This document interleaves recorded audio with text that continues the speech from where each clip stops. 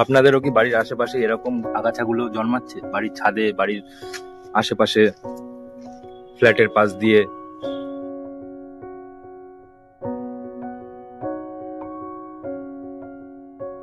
তো এই গাছগুলোকে যতই কাটবেন সেগুলো আবার ওখান থেকে হবে। এই যে অশ্বত্থ গাছের ছোট ছোট চারাগুলো আছে, এই অশ্বত্থ গাছের ছোট ছোট চারাগুলো আপনি যতই কাটবেন ততই সেখান থেকে আবার হবে। তো আপনি ভাববেন যে এটাকে কেটে তুলে ফেলে দিই, কিন্তু কিছুদিন বাদে দেখবেন সেখান থেকে আবার হচ্ছে। তো এইটার ফলে কি হচ্ছে, দেয়াল ফেটে যাচ্ছে, পাইপ লাইনের ভেতর থেকে যেগুলো পাইপ লাইন চ্যাপ্টা হয়ে যাচ্ছে, ফেটে যাচ্ছে। তো আজকে আমি দেখাবো এর পার্মানেন্ট একটা সলিউশন, যেই ফর্মুলাটা ফলো করলে গাছ আস্তে আস্তে ওখান থেকে পুরো একদম শুকিয়ে মরে যাবে, আর ওখান থেকে দ্বিতীয়বার জন্মাবে। তো আমাদেরও এখানেও আমরা অনেকবার কাটতাম, দীর্ঘদিন কেটেছি, কিন্তু সেখান থেকে আবার জন্মেছে।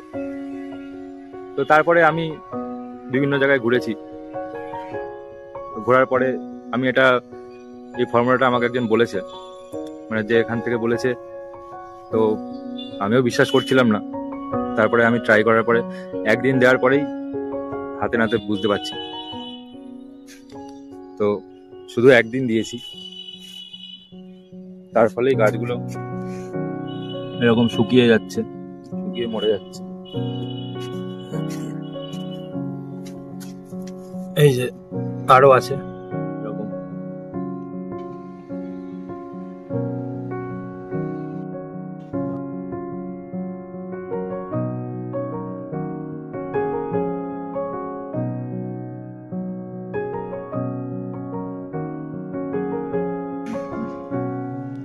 পুরো গোড়া ভিজিয়ে দিও।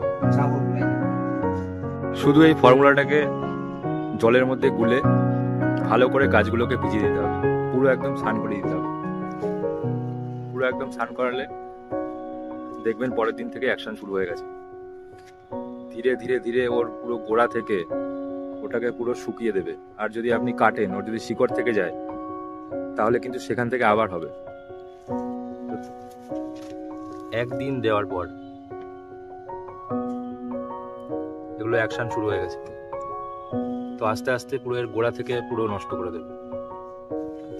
আর যদি কাটতে থাকেন তাহলে সেখান থেকে দ্বিতীয়বার আবার হবে। তো ওটা পার্মানেন্ট সলিউশন না। আমি যেটা দেখাচ্ছি এইভাবে করুন, একদম পার্মানেন্ট সলিউশন পেয়ে যাবেন।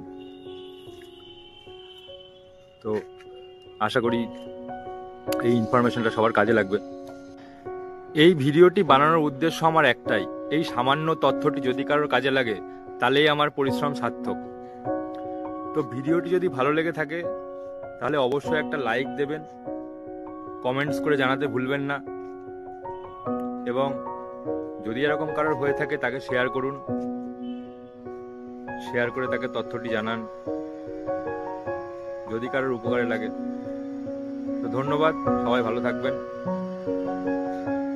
টাটা।